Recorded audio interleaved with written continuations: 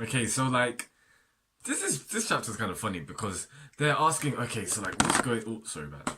What's going on with your quirk, Midoriya? Like, it's not this. What just happened was too far away from the strength type. Like, how can you guys not realize? I feel like Horikoshi, you can only go so far, you know, in the sense of them being dull or in them just not connecting the dots because like this time is like the absolute limit of them being like, okay. So Deku's quirk's like super strength and enhanced body reaction kind of thing. But what he just did now is not similar to his quirk of what they know of his quirk kind of thing. So it begs the question: is UA gonna find out that the truth about One for All, and no, the truth about Deku's quirk, which is One for All, and just like the whole thing with All Might, all that kind of stuff. Like, I'm wondering, is that gonna happen? Because like we can only go so far, man. Like, it's who knows? Because we can't keep doing this for the whole series in the sense of just oh, another quirk. Like, so what's gonna happen next? What if Deku's next quirk is like he can be invisible? What's he gonna say?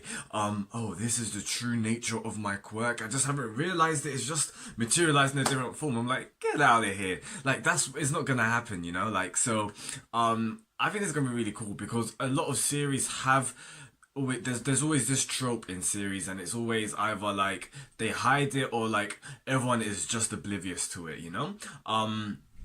So yeah, I'm gonna be really intrigued to see how it's gonna pan out.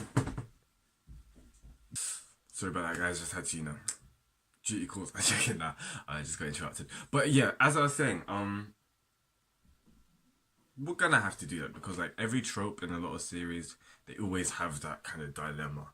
Or like, okay, let's give an example. Peter Parker, Spider-Man thing. You know, he's always miraculously not around when something happens. Like, you gotta realize, like, and because this series is so grounded, it's so realistic in the sense that things are very relatable. Obviously, like people are just like, yeah, the quirk thing, yeah, that's not. But you get what I mean. There's a lot of themes which are very grounded, and easily relatable. So I'm really intrigued how this is gonna pan out. Is it gonna be like, let's say, yeah? So like as I said in my example of Deku, like let's say one of the quirks is him being invisible. Are they just gonna be like, he was invisible a second ago, but it's similar to his strength. Like it's just not. So yeah, that's kind of really interesting. But other than that, Shinzo, my boy Shinzo passed. Now the fact that he passed, he's gonna go into Class A. Part of me wants him to go in Class B because I'm a fan of Class B and they haven't been overshadowed, but they need to yeah, they have been overshadowed to an extent because they're just not the main cast. But like seeing this arc, you're seeing how amazing these characters actually are. I'm saying it from day. Mudman, this recommended guy, I need to read that fight again because he was so sick. Not only was he just like amazing, the way he was taking people out, like his endurance, getting kicked, and like, yeah, yo, the way he brought down that building as well. Like, so like Class B, they're sick, they're amazing. And it's just a shame that obviously because Deku and these guys they're not in Class B that we don't see them as much. But I feel like Horikoshi is definitely bringing them closer to the forefront. Maybe in some future arcs, maybe more we'll see them come out. There are some obvious characters in Class B which are a bit more in the forefront than others, such as Kendo. Yeah, Kendo. Tetsuzetsu, those kind of guys. But yeah, I feel like Shinzo most likely will be in Class A. Shinzo in these couple of fights has been amazing. He's obviously looking down upon himself as well. What's kind of interesting is at the start of the chapter when he got taken out and he was just like, the hero class are amazing. It's kind of similar to when he got taken out in the sports festival. He said something along the lines of that and that was like, I like that parallel. It's kind of cool. But like just seeing him from here and sports festival, even like what he's wearing, it's kind of similar to what he wore in sports festival, like the uniform kind of thing with the UA kind of thing. I feel like that's what they wore in sports festival as well. Just seeing the growth has been crazy. Like one, he's put on weight. He's definitely did a bit more like physical kind of things because the last time they fought, when they got close, like Deku just finished the guy. Like he was not good in physical combat whatsoever. This time it was a bit better, you know. But obviously Deku had the upper hand. But nevertheless, like he was still sick in this fight. And I'm kind of glad that he transferred through. How funny would it have been if he didn't? That would have just been like so unexpected. Yeah, that just would have been jokes. But aside from that, This was a really, really cool chapter. I really like these chapters as well. The way that they ended it with Monoma, which is, let me even get that up actually, because why did I say Monoma? Oh yeah, it's Monoma. I thought it was Momona. Lol. Monoma. The fact that he's gonna visit Eri. When I read this, I was like, when I read that, I was just like, it's gonna be about, what is his name? Mirio. How can I forget my boy's name? Okay, yeah, when I read about that, I was like, Mirio kind of thing? Because this is, okay, first of all, I have no clue. Why was he not allowed to use Deku's quirk? Like, why was it a dud? What does that even mean? Did he copy it wrong? Was that something on his side or was that something on Deku's side?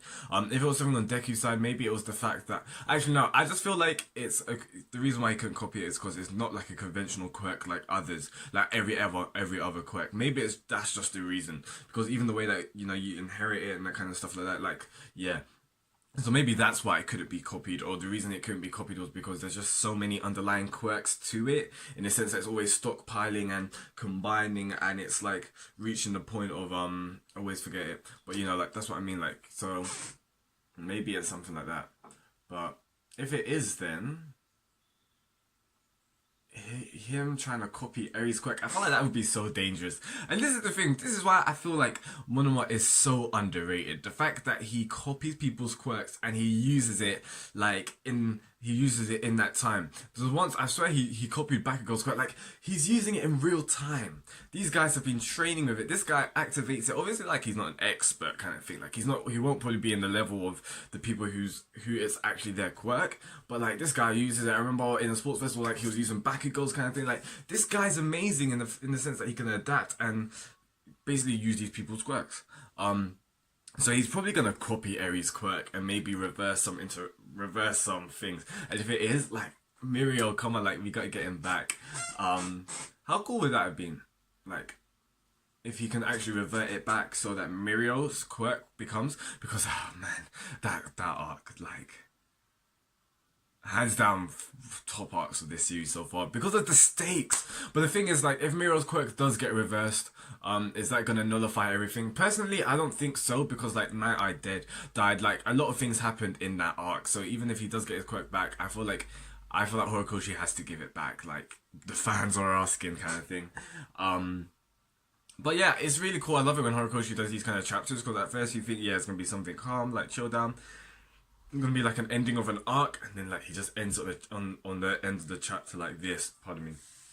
So yeah, what's gonna happen with Eri? Probably gonna help like to control the quirk a bit more, or him copying Eri's quirk's they can find out a bit more of how it works, like the schematics, the schematics, yeah, the schematics of it.